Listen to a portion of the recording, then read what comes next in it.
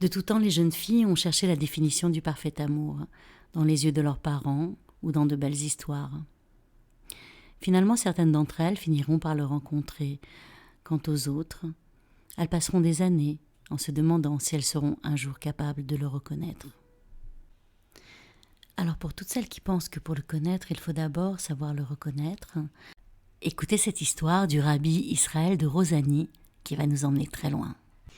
Venu d'une ville lointaine pour passer chez le tzaddik de Rosani les fêtes de la grande solennité annuelle, ayant remarqué que le maître ne respectait pas rigoureusement les temps prescrits, mais attendait l'embrasement pour prier, un groupe de jeunes gens se mit pour l'imiter, à attendre lui aussi pour prier, attendant, mais ne sachant quoi.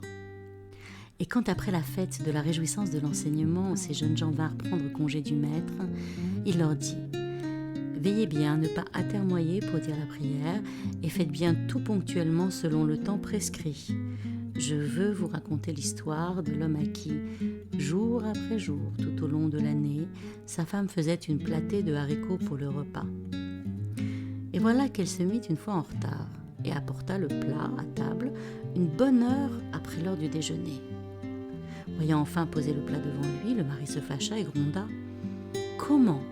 Moi qui pensais que tu m'avais préparé aujourd'hui quelques régals, un plat délicat et choisi, dont la cuisson particulière et tous les soins requis expliqueraient ton retard, et voilà que tu m'apportes, c'est la sempiternelle platée de haricots de tous les jours. Je n'avais pas vraiment besoin d'attendre. » Le tzaddik ayant dit, les jeunes gens partirent.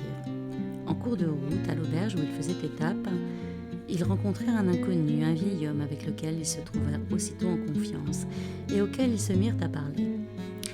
Comme il lui avait rapporté les paroles que leur tzaddik leur avait dites en guise d'adieu, le vieillard se prit à sourire et leur dit « Oui, mais cette colère du mari ne lui est venue que parce que son amour pour sa femme n'était pas parfait. Car si l'amour entre eux avait été parfait, l'homme eût été ravi au contraire d'avoir eu à attendre ce plat quotidien, et il lui y trouvait une saveur exquise et tout à fait nouvelle. » Ces paroles du vieil homme frappèrent profondément les jeunes gens qui ne manquèrent pas l'année suivante, quand ils revinrent à Rosani pour les grandes fêtes, de les rapporter au tzaddik. Après un moment de recueillement et de silence, le tzaddik s'exclama « Ce que vous a dit là l'ancien, c'est à moi qu'il le disait, et aussi à Dieu. » Franchement les filles, vous avez vraiment cru que j'allais vous raconter la bibliothèque rose ? Parce qu'il n'y a pas plus pur et il n'y a pas plus illimité que l'amour d'Hachem, parce que c'est de ça que ça parle. Parce que tous les jours, lorsque vous faites votre tefila, vous lui servez la même platée de haricots. Et quand bien même vous la feriez en retard, il s'en réjouirait, car il vous aime. Et cet époux, ce tzaddik, a quand même accepté tous les jours de toute l'année de recevoir la même platée de haricots, mais il a atteint sa limite. Au contraire d'Hachem, dont l'amour est illimité et donc parfait. Ce sont les paroles du vieil homme rencontré par les jeunes dans l'auberge qui auront fait comprendre à cet homme en quoi sa colère était bien la marque de son imperfection.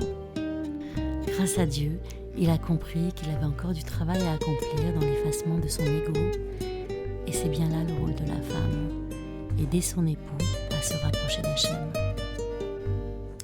Mais la chance de rencontrer une telle femme n'est donnée qu'à l'homme. Écoutez pour finir cette petite histoire rapportée par le rabbi Yaakov Yitzhak de Pinsra. Arrivant devant le tribunal céleste, raconta le juif, un chassid se trouva avoir de si puissants avocats pour répondre de lui que le jugement favorable apparaissait déjà comme acquis. Lorsqu'un ange supérieur se présenta avec une accusation grave et douloureuse. « Pourquoi as-tu commis cette faute ?» demanda-t-on à l'accusé, qui ne trouva rien d'autre à dire que « c'est ma femme qui m'y a poussé ». Gros éclat de rire. « Elle est bien bonne sa défense » s'exclama l'ange. « Il n'a pas pu résister à la voix d'une femme. » Ce fut alors le jugement, une punition à l'homme pour la faute qu'il avait commise, et à l'ange la condamnation de descendre et à revêtir un corps de terre pour subir l'épreuve du mariage. Alors si l'amour parfait ne peut exister dans un monde limité et que l'épouse peut repousser ses limites, demandons-nous seulement quelles sont les limitations que nous pouvons accepter dans ce monde pour qu'on puisse nous donner le mérite de les repousser pour le plus grand plaisir d'Hachem.